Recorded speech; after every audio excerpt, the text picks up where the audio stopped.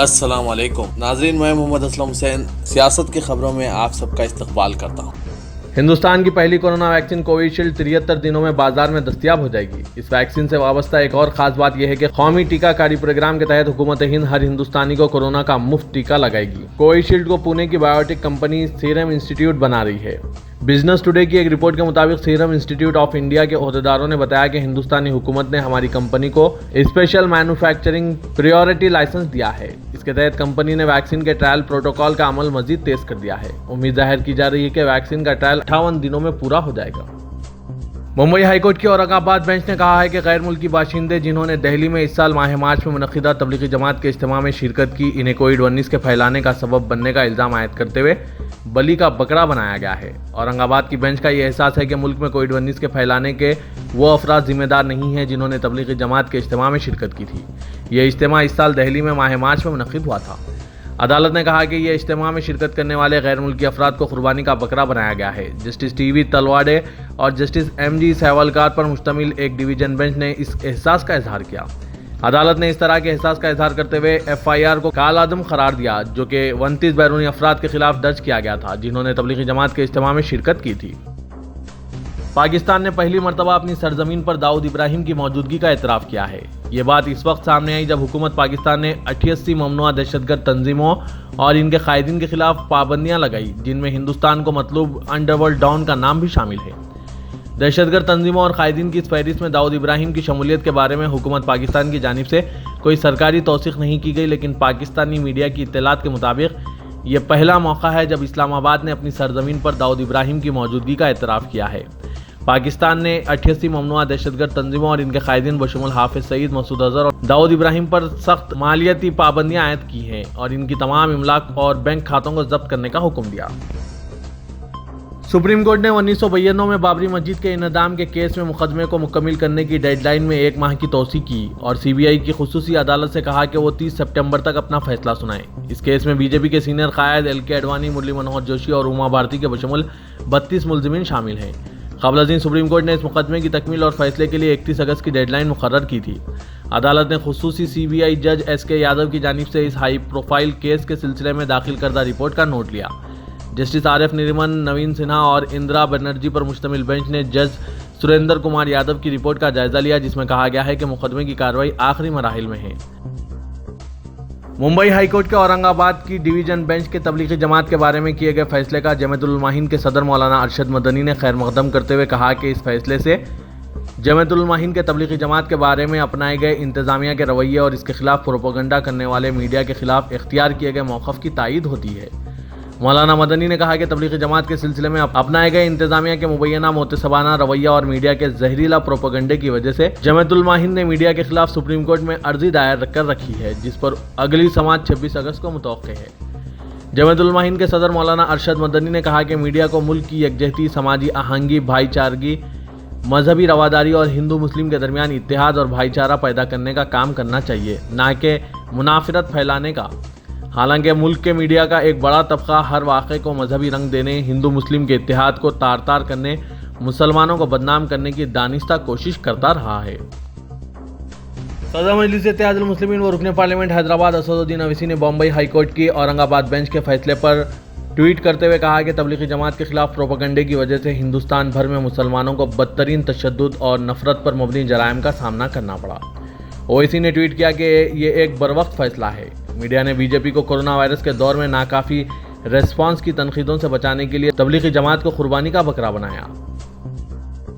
دہلی میں مشتبہ دہشت گرد کی گرفتاری کے بعد ایودھیا میں ہائی الرٹ جاری کر کے سیکورٹی کے انتظامات سخت کر دیے گئے ہیں۔ Deputy inspector general police Deepak Kumar نے کہا کہ دہلی میں داعش کے مشتبہ دہشت گردوں کی گرفتاری کے بعد ہائی الرٹ جاری کر کے ایودھیا میں حفاظتی انتظامات سخت کیے گئے ہیں۔ انہوں نے کہا کہ ایودھیا کی تاریخی اور موجودہ صورتحال کے پیش نظر شہر میں انتہائی حساس مقامات پر سیکورٹی کے انتظامات سخت کیے گئے ہیں۔ انہوں نے کہا کہ سیکورٹی پروٹوکول کے تحت سیکورٹی اہلکار ہر وقت موبائل پر موجود رہیں گے۔ دیپک کمار نے بتایا کہ ایودھیا میں داخل ہونے والے راستوں پر چیکنگ کے بعد ہی لوگوں کو داخل ہونے دیا جا رہا ہے۔ انہوں نے کہا کہ ایودھیا پہنچنے والے بھکتوں کے شناختی کارڈ وغیرہ دیکھ کر ہی داخل ہونے دیا جا رہا ہے۔ کانگریس کے قائد راہل گاندھی نے رافیل لڑاکا طیاروں کے معاملے پر مرکزی حکومت کو شدید تنقید کا نشانہ بنایا۔ راہل گاندھی نے کہا کہ سچ کو لاکھ کوشش کے بعد بھی چھپایا نہیں جا سکتا۔ राहुल गांधी ने हुकूमत के राफेल से जुड़ी मालूमात के कोटा देने से मुतालिक एक अखबार में शाया खबर का हवाला देते हुए कहा कि हुकूमत राफेल घपले पर पर्दा डालने की कोशिश कर रही है और सच छुपा रही है। उन्होंने ट्वीट किया कि राफेल के लिए हिंदुस्तानी हुकूमत के खजाने से रकम का सरखा किया गया है। हिंदुस्तान में कोरोना वायरस केसेस में लगातार इजाफा देखा जा रहा है। हिंदुस्तान में पिछले 24 घंटों में 69,239 नए केसेस दर्ज हुए हैं और इस मौलिक वबा की जद में आकर 912 लोग फौत भी हुए हैं। वजारत सेहत की जानिब से इतवार की सुबह अपडेट के मुताबिक हिंदुस्तान में अब तक जुमला 30,44,941 कोरोना केसेस दर्ज किए गए हैं। मुल्क में अब तक 7,07,668 एक्टिव केसेस हैं। घरों में ताजिया ना रखने देने, मातम व जुलूस की इजाज़त ना देने से नाराज मौलाना कल्ब जवाद नकवी इमामबाड़ा गफराबाद में उलमा इकराम के साथ 2 रोज़ा धरने पर बैठ गए हैं। मौलाना का कहना है कि उत्तर प्रदेश के दारुल हुकूमत लखनऊ को आज़ादारी का मरकज़ कहा जाता है। यहाँ से उठने वाली आवाज़ पूरी दुनिया में सुनी जाती है। माह मुहर्रम शुरू होने के बावजूद घरों में ताजिया ना रखने और मजलिस व मातम की इजाज़त नहीं मिली है। हुकूमत हमें घर के अंदर ताजिया रखने और मातम जुलूस की इजाज़त दे। इमामबाड़े में प्रेस कॉन्फ्रेंस के बाद उलमा के साथ धरने पर बैठे मजलिस उलमा के जनरल सेक्रेटरी मौलाना कल्ब जवाद नकवी ने कहा कि हिंदुस्तान में हर मजहब व अकायद के मानने वालों को अपने तरीके से मजहबी उमूर अंजाम देने की आज़ादी है। कोरोना वबा के सबब हम सोशल डिस्टेंसिंग पर मुकम्मल तौर पर अमल करते हुए अपने मजहबी उमूर की इजाज़त मांग रहे हैं, लेकिन तमाम तरह यकीन दहानियों के बावजूद हमें इजाज़त अभी तक नहीं मिली है। क्या कोविड की सारी गाइडलाइन सिर्फ पुराने लखनऊ के लिए ही है? यह तो ज़्यादती है कि घरों में भी ताजिया नहीं रखने दिया जा रहा है और मजलिस व मातम नहीं करने दिया जा रहा है। महात्मा गांधी की सुनहरे फ्रेम वाली यादगार ऐनक को बर्तानिया में एक हर्राज में तकरीबन $3,40,000 में खरीद लिया गया।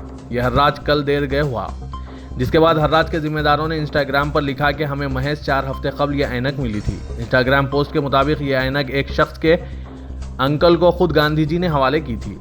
जिम्मेदारों ने हर्राज के अमल में हिस्सा लेने वाले तमाम अफराद का शुक्रिया अदा किया। वाज़ेह कि गांधी जी की इस नवीयत की ऐनक काफ़ी मकबूलियत रखती है।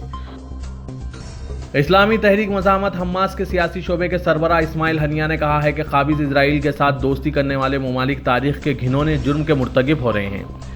तारीख इन्हें कभी माफ़ नहीं करेगी और तमाम अरब ममालिक भी सह्योनी दुश्मन के सामने झुक जाएंगे, मगर फ़लस्तीनी कौम खून के आखिरी ख़तरे तक अपने हुकूक़ के लिए जद्दोजहद करेगी। तुर्की के सदर रजब तैयब एर्दोगान ने इस्तांबुल के एक और कदीम चर्च को मस्जिद बनाने का हुक्म दिया है। मीडिया के मुताबिक इस्तांबुल में मौजूद कैरिये म्यूजियम की इमारत ज़माना कदीम में ईसाइयों की इबादतगाह का दर्जा रखती थी। यूनेस्को की जानिब से आलमी विरसा का दर्जा पाने वाली इस्तांबुल की तारीखी इमारत आया सूफिया को अदालती हुक्म पर मस्जिद के तौर पर इस्तेमाल करने की इजाज़त दिए जाने के 1 माह बाद यह हुक्म सामने आया है। कैरिये म्यूजियम की यह इमारत 1000 साल से ज़्यादा कदीम है और इस्तांबुल में आया सूफिया के तारीखी मगरबी किनारे पर यूरोप की जानिब गोल्डन हॉर्न के करीब वाक़ है। यह कदीम इमारत कुरून वस्ता का बाज नतीनी चर्च था जो ज़माना कदीम में ईसाइयों के लिए कीमती असासा था और 14वीं सदी में मखसूस किस्म की पेंटिंग से सजाया गया था।